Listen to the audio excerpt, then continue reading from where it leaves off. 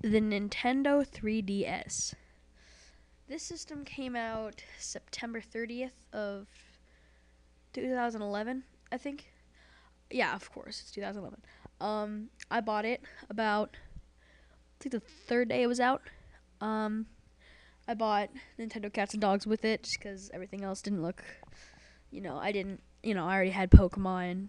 And there was no 3D. I think that they should have had a Pokemon, like, instead of making Pokemon Black and White right before 3DS came out, they should have made Pokemon Black and White an exclusive game. Well, exclusive games for the 3DS. The Nintendo 3DS. It just, it just kind of made sense to do that because Pokemon is a huge platform in the Nintendo series.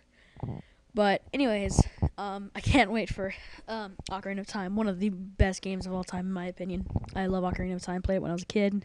The music's great. Everything's great. But this isn't an Ocarina of Time review. This is a Nintendo 3DS review. So let's get started. I want to start with the home screen.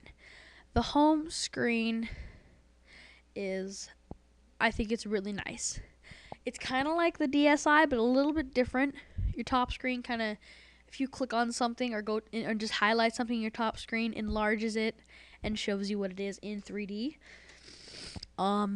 It's some really nice features like your play log. If you're a parent and you want to see what your kids are playing, if you are stupid enough not to know what they're playing, this is for you, stupid parents. I'm just kidding.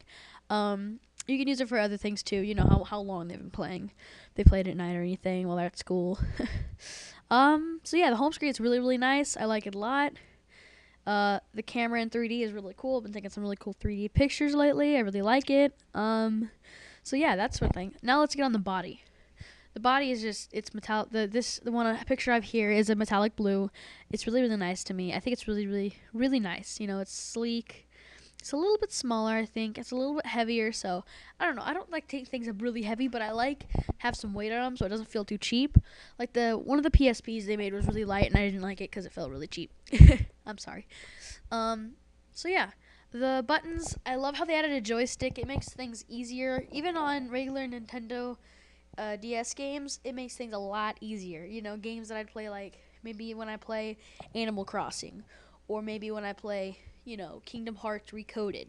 It just makes things a lot easier, and I can't wait to see what it's like in, of course, Legend of Zelda: Ocarina of Time. Okay. And the buttons, they have a home button, a start button, a select button, a power button right at the bottom, and those are all nice. I have no complaints. I just don't like how they have one hinge because I don't know if it's for everybody, but it makes my screen wobbly. That scares me. I'm actually going into Walmart to see if that's okay. That's where I got it from. But yeah. And if any of you could comment and tell me if that's okay, that would help. Okay, let's move on. So, now we've done the body, the buttons. Let's go to the touchscreen. The touchscreen, it's just the average touchscreen. It's actually really nice. I haven't had any problems with it yet. There's really nothing to talk about it. It's great touchscreen.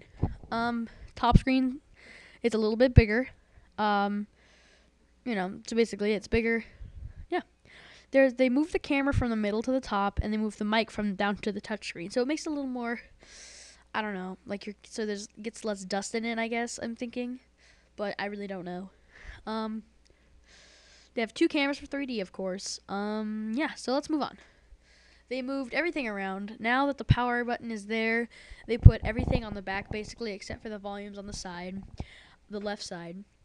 You have your wireless turned on. You can turn a wireless switch turn on and off on the right side, and on the back there's a box. There's a kind of like a platform you put it on, and you stick it on there, and it charges it with there's like two little metal things that hook, like your phone does. If you take your phone, there's like two little metal things, and it attaches onto it. It just charges it. It's really nice to have. I can just throw it on there. But it's just kind of like necessity. The stylus back there. The stylus it's metal. It's extendable. It's really nice. I like it a lot. I don't have to have my fingers all the way up to the touchscreen if I need to see what I'm doing. But yeah, let's move on to the 3D. 3D. All I gotta say, it's really nice. If I had to rate the 3D, well, I'll rate everything at the end, but I really want to get to this. The 3D, I give it a 9 out of 10, and this is why. I know you can't do it without this. because of the two LCDs, one facing the side, one facing in front for your right eye, left eye.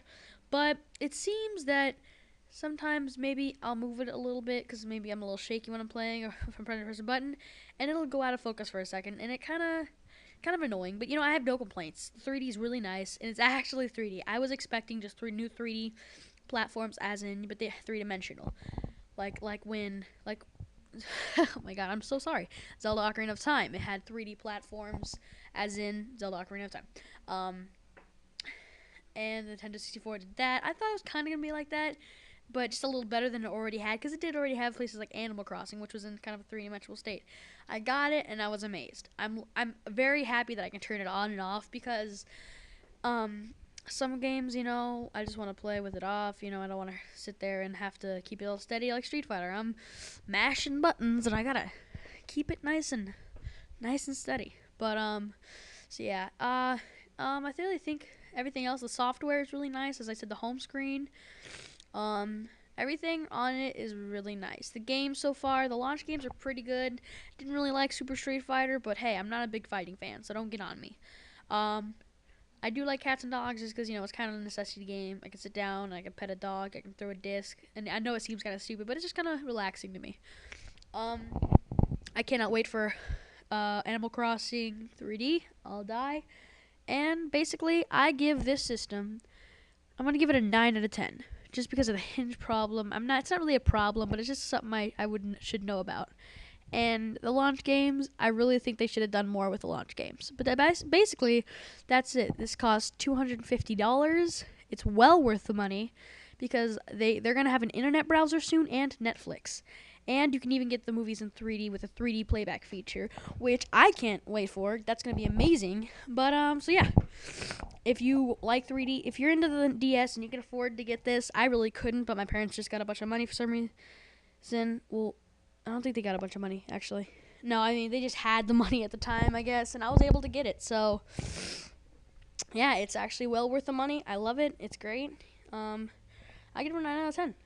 If you're a DS fan, get this. If you're not, well, go back to yo Xbox 360. So, yeah, that's a review on the Nintendo 3DS. I hope you love it, because you will if you're a DS fan. Thank you for watching, and please subscribe.